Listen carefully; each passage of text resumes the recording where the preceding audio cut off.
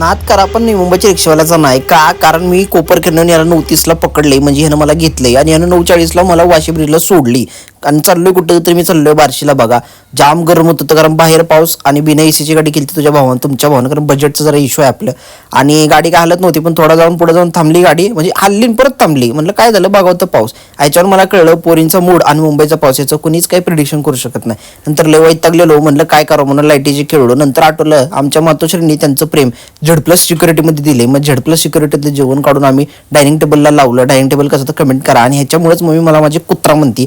आणि धन्यवाद मम्मी तुम्हाला डब्बा दिल्याबद्दल, घर का नाही तर उपाशी मिळलो असतो बघ. जेवण जाम कडक होतं, सगळ्या गाड्या हलत होत्या, पण काय झालं आमची बस काय निघा ना बाबा, काय गोंधळ काय माहिती. आणि मग काय परत वैतागलो, लाईट बंद केली, म्हणलं झोपावत आणि खरंच झोपलो की का मी.